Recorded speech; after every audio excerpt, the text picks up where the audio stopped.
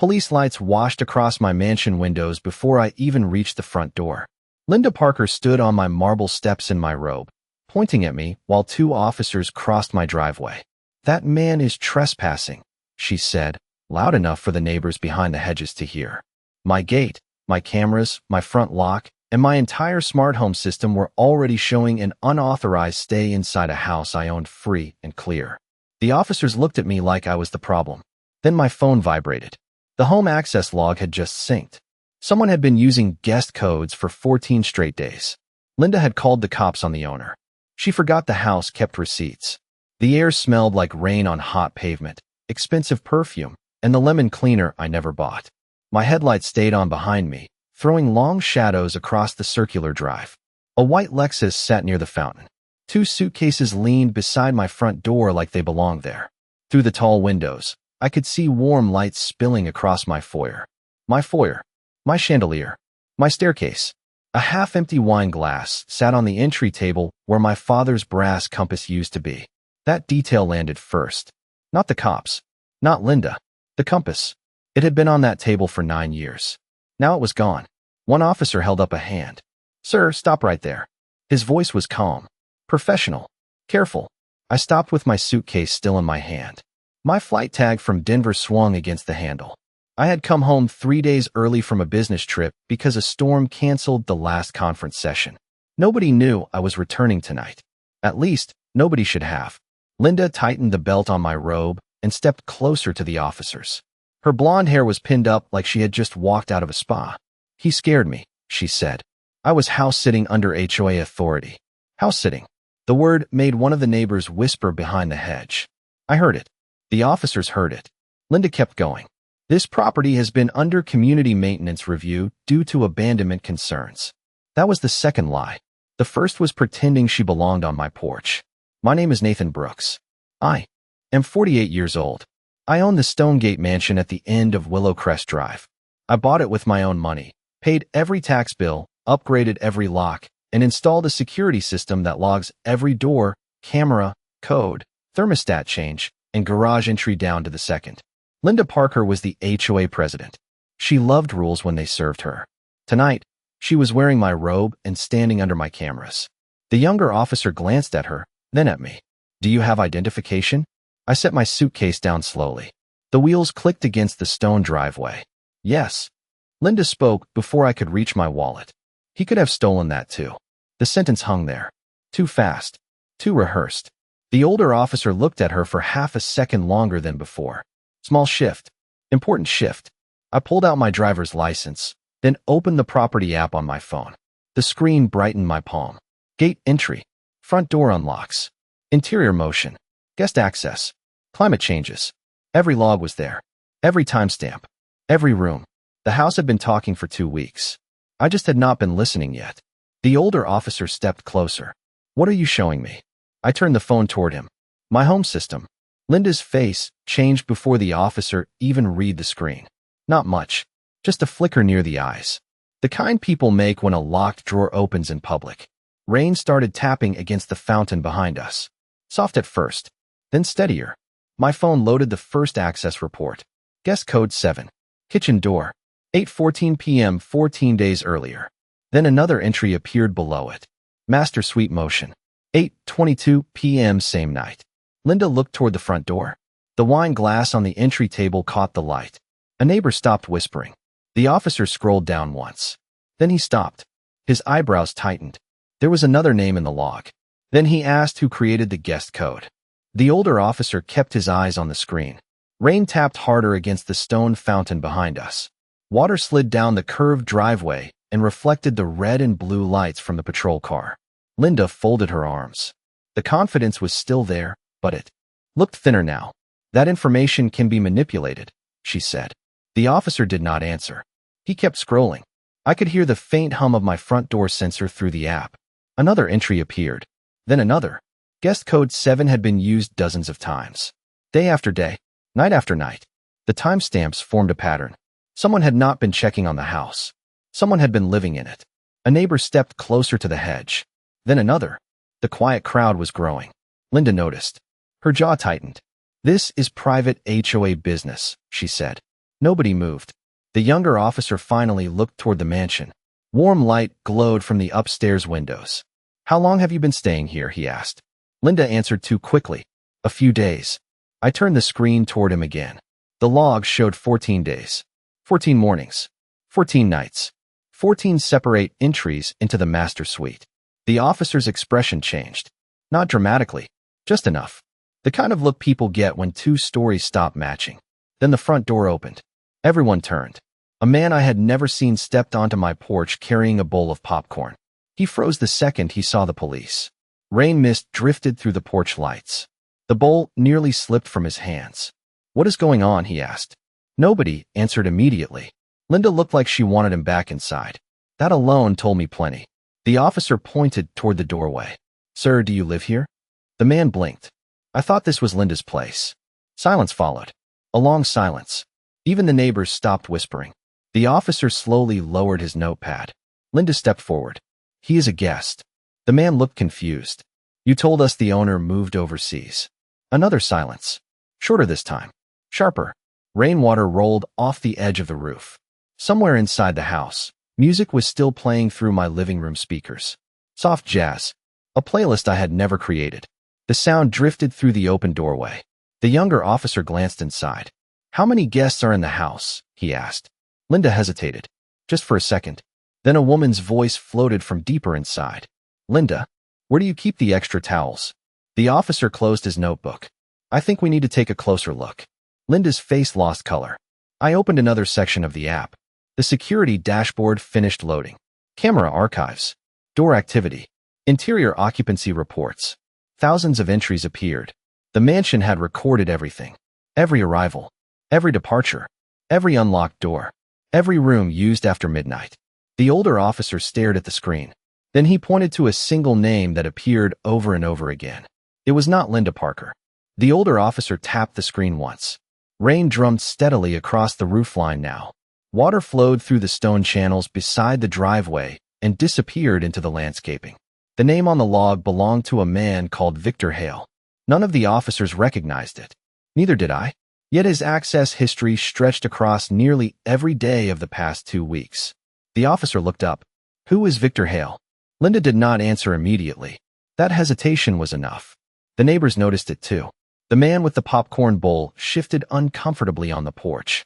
Somewhere deeper inside the mansion, another door closed. The sound echoed through the entry hall. The younger officer stepped toward the front entrance. "I think everyone inside needs to come out here." Linda forced a smile. It looked strained. "This is getting blown out of proportion." Nobody agreed. A minute later, 3 more people emerged from my house. One carried a tote bag. Another held a travel mug. The third looked like he had just finished watching television. They all stopped when they saw the police vehicles. Their expressions changed instantly. Confusion first. Then concern. Then something closer to embarrassment. The officer began asking questions. The answers came slowly.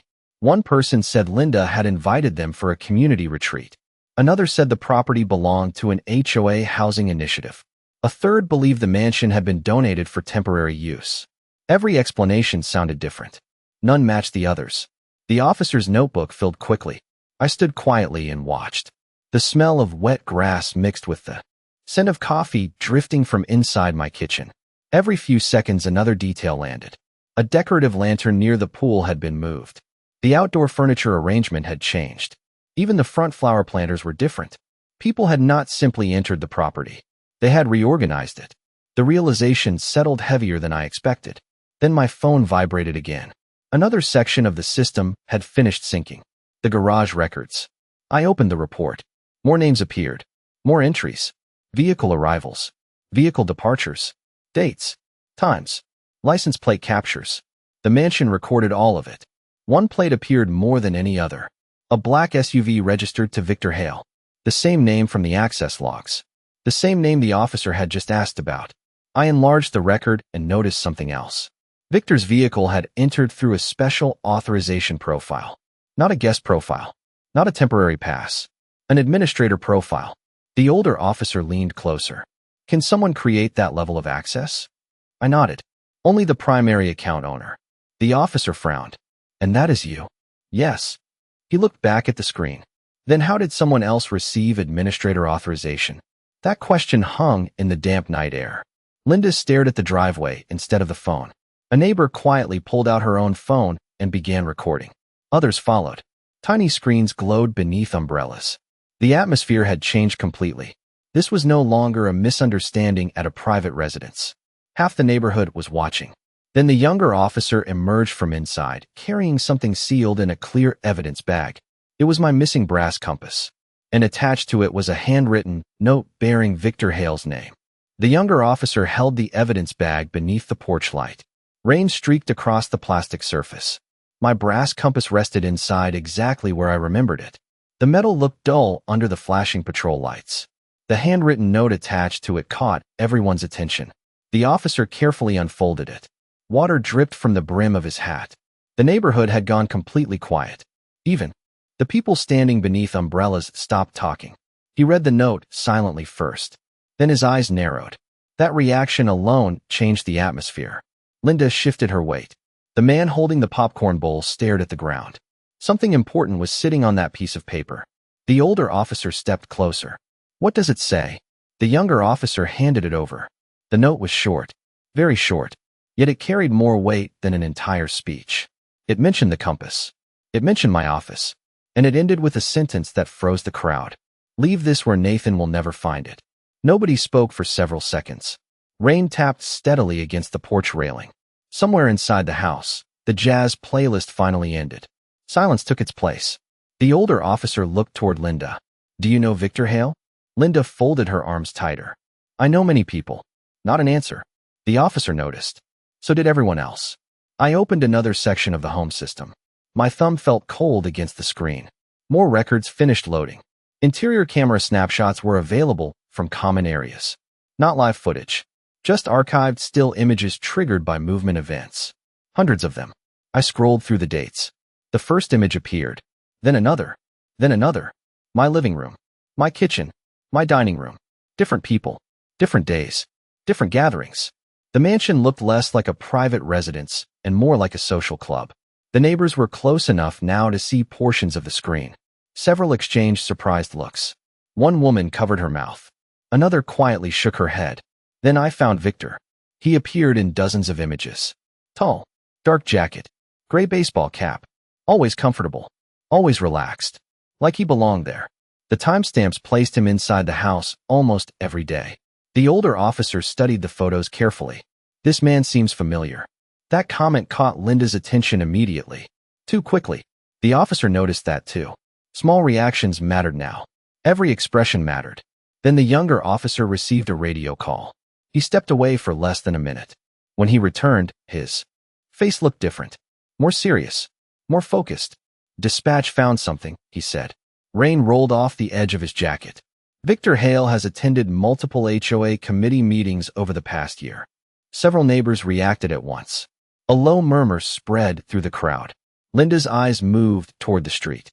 Not toward the officers. Not toward me. Toward the street. As if she expected someone to appear. The older officer asked another question. What position did he hold? The younger officer checked his notes. None officially. That answer somehow felt worse.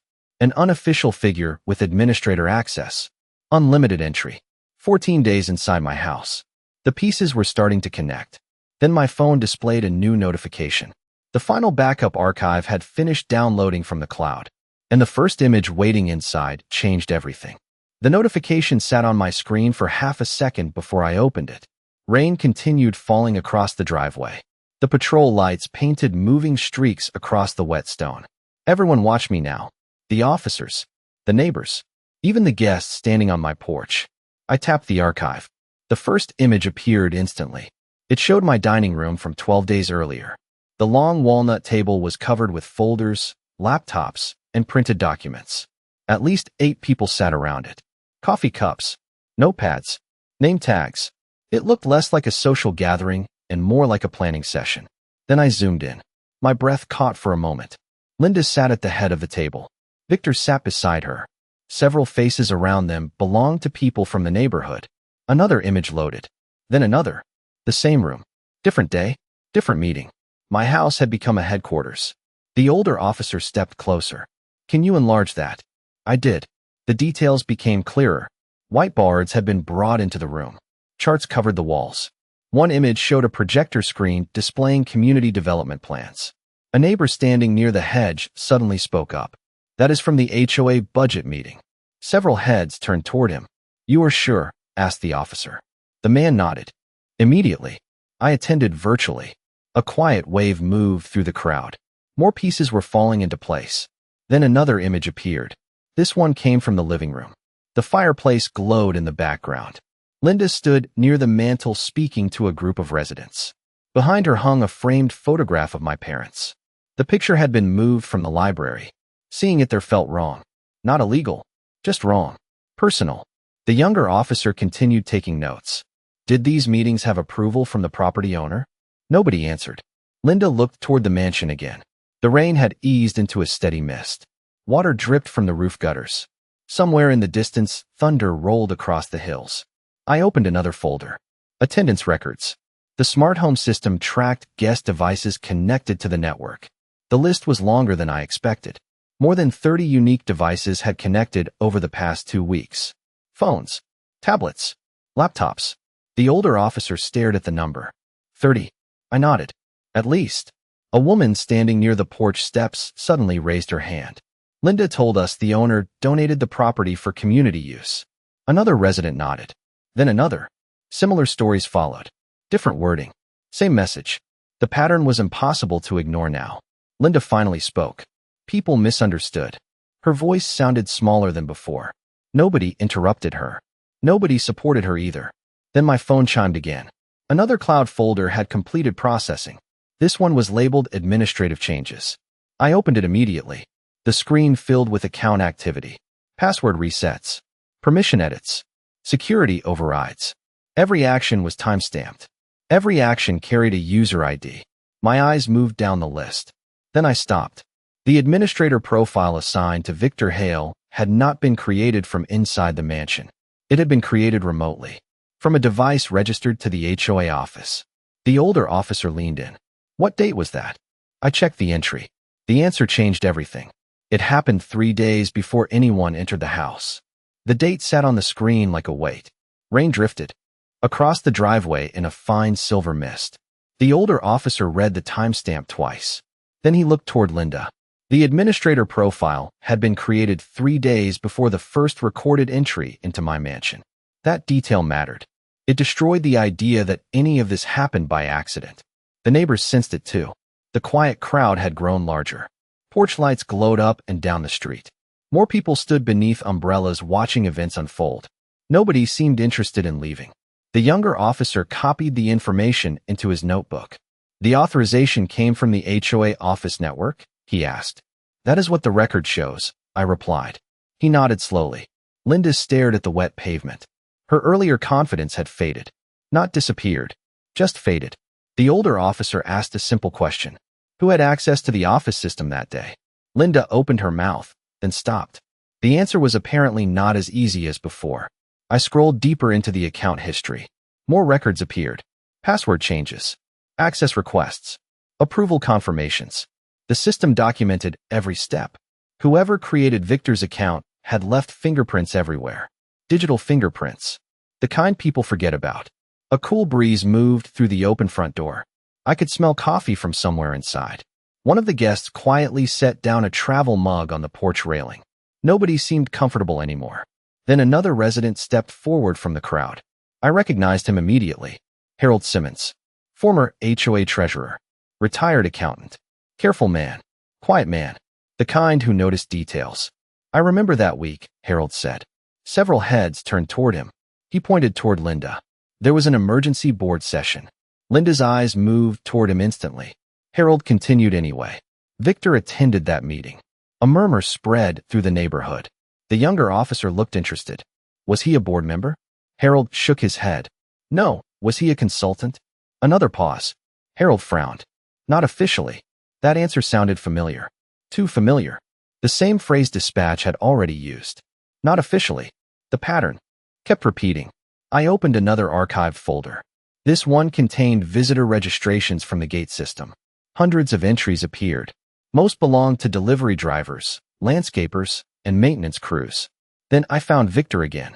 His first recorded visit happened only hours after the administrator account was created. The timing lined up perfectly. The officer studied the screen. Looks coordinated. Nobody disagreed.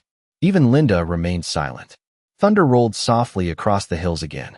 The storm was moving farther away now. The neighborhood lights reflected across the wet road. Then Harold reached into his jacket pocket. I almost forgot. Everyone looked at him. He removed a folded document protected inside a plastic sleeve. Water droplets clung to the surface. I kept a copy because something felt wrong. The older officer accepted it carefully. The page appeared to be a meeting agenda. Ordinary at first glance. Then he reached the final item listed near the bottom. His expression changed immediately. The agenda mentioned a private property transition plan. And right beside that phrase was my address. The older officer read the agenda twice. Rain had almost stopped now. Only a few drops fell from the trees lining the driveway. The neighborhood stood frozen around us. Nobody expected to see my address printed on an HOA meeting document. Harold adjusted his glasses and pointed toward the page. That item was never discussed publicly, he said. At least not in any meeting I attended. The officer nodded and slipped the document into a protective folder. Linda remained silent. That silence was becoming more noticeable than anything she said.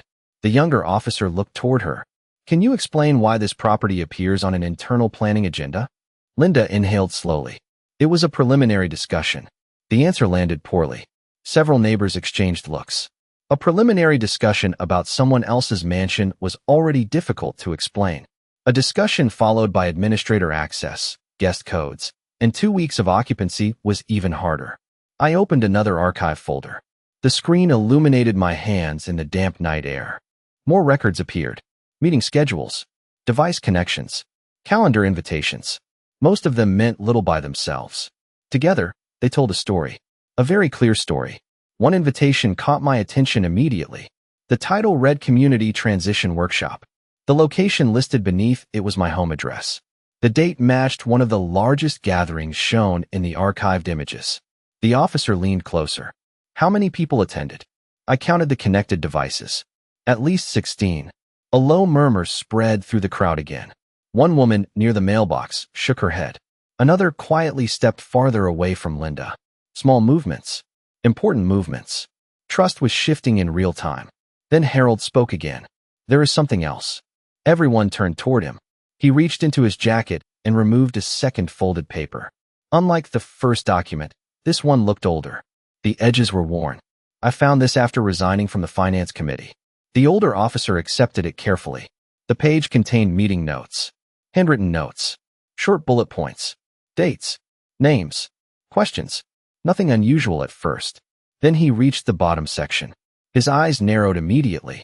The heading read Property Utilization Opportunities. My address appeared there again. So did Victor Hale's name. The younger officer looked up. Why would a private residence appear under that category? Nobody answered. Not even Linda. The wind moved through the trees behind the mansion. Wet leaves rustled softly in the darkness. The house lights reflected across puddles scattered throughout the driveway. I suddenly noticed something on the screen. A folder I had overlooked earlier. Archived communications. Thousands of files sat inside. Emails, messages, shared documents. I selected the most recent group. The system began loading. The progress bar crawled forward. 5%, 10%, 15%. Everyone waited. Even the officers stopped speaking. The crowd seemed to sense that something significant was coming. Then the first message appeared. The sender was Victor Hale. The recipient list included multiple HOA officials. One name sat at the top. Linda Parker. The subject line was short. Only 4 words. Yet those 4 words changed the mood of the entire street. The message was titled Phase 1 Complete. The words sat on the screen beneath the glow of my phone. Phase 1 complete. Rainwater dripped from the trees and landed softly on the driveway. Nobody spoke for several seconds. The older officer leaned closer. The crowd leaned closer too. It felt as if the entire neighborhood had stopped breathing at once. I opened the message. The first lines appeared immediately. Victor described successful access to the property. He described resident acceptance. He described operational use of the house. The language sounded cold, organized, deliberate. Nothing about it sounded accidental. The officer read silently beside me. His expression hardened with every line. Linda stared toward the street. She no longer looked at the screen. She no longer looked at the officers. The confidence she carried earlier had almost vanished. Then another message loaded beneath the first. Same sender. Same recipients. The subject line read next steps. A low murmur spread through the crowd. I opened it. The email referenced future planning meetings, community presentations, long-term occupancy projections. One sentence drew immediate attention. The property was described as an ideal location for transitional leadership operations. The younger officer looked confused. What exactly does that mean? Nobody answered. Even the guests standing on the porch appeared shocked. One woman quietly stepped farther away from Linda. Another crossed her arms and looked toward the mansion with disbelief. Harold moved beside me and adjusted his glasses. That terminology was never approved by any committee. The older officer nodded. He seemed to be connecting the same dots. Then another attachment appeared beneath the email chain. It was a presentation file. The timestamp showed it had been viewed repeatedly during the past 2 weeks. I opened it. Slide after slide filled the screen. Community expansion concepts. Event planning. Resource allocation. Then a property map appeared.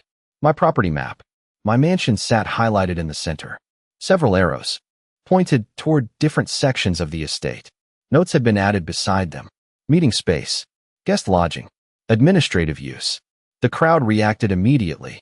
Audible gasps. Shaking heads. Whispered conversations. The atmosphere shifted again. This was no longer about unauthorized access. It was about intent. The younger officer slowly lowered his notebook. This was being planned before anyone entered the house. Looks that way, the older officer replied. Linda finally spoke. Her voice sounded tired now. Those were only ideas. Harold shook his head. Ideas do not create administrator accounts. Another resident stepped forward from the crowd. Then another. People who had remained silent all evening began sharing stories. Invitations they received. Meetings they attended.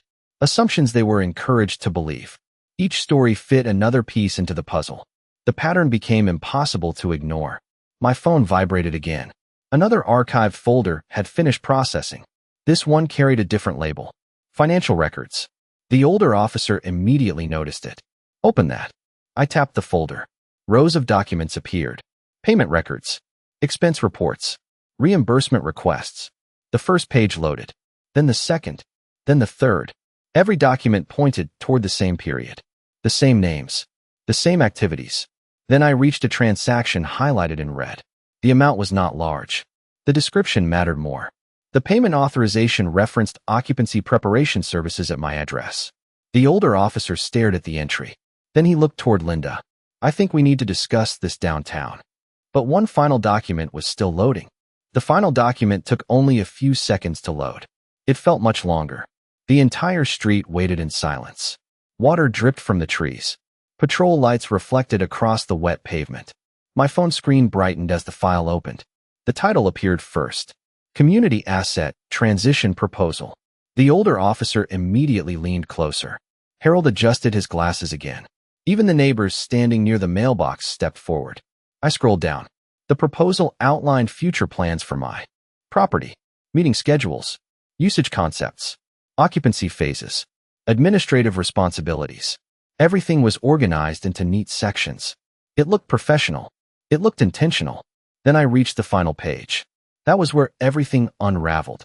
At the bottom sat a signature block. Victor Hale's name appeared first. Beneath it sat another name. Linda Parker. Nobody said a word. The older officer slowly exhaled. Linda stared at the ground. The confidence she arrived with was completely gone now. One of the guests quietly stepped away from the porch. Then another. The distance between them and Linda kept growing. The younger officer closed his notebook. I think we have enough information for tonight. Nobody disagreed. Not even Linda. The neighbors were no longer whispering. They were simply watching the truth settle into place. Harold folded his arms. I knew something felt wrong. Several residents nodded. Others looked embarrassed. Many of them had believed the story they were told. The mansion lights glowed behind us. Warm. Familiar. Mine. For the first time that night, it actually felt like my home again. The officers spent several minutes documenting the records, photographs, and account logs. Everything was preserved. Everything was recorded. The digital trail was complete. I stood quietly near the fountain while the last of the rain faded into mist. The smell of wet stone filled the air. The younger officer eventually returned my phone. "Keep every backup," he said. "Do not delete anything." "I will not," I replied. Linda finally spoke. Her voice barely carried across the driveway. This was supposed to help the community. Nobody responded. The explanation arrived too late. The records spoke louder than any statement. The meetings, the access logs, the emails, the administrator account, the occupancy records. Together, they painted a picture nobody could ignore. One by one, the guests gathered their belongings. Some apologized quietly as they left. Others simply walked away without speaking. Within an hour, the porch was empty. The driveway was emptying too. Neighbors returned to their homes. The patrol vehicles prepared to leave. Harold shook my hand before heading back across the street. "Glad you came home early," he said. I looked toward the mansion. So was I? The officers departed shortly afterward. Their lights disappeared beyond the entrance gates. The neighborhood became quiet again. Just wind. Just trees. Just home. I walked through the front door and paused inside the foyer. The missing compass sat on the entry table exactly where it belonged. I placed my hand beside it and looked around. The house had been through 2 strange weeks, but it was still standing. And now the records were too. As the system completed one final backup, a confirmation message appeared on the screen.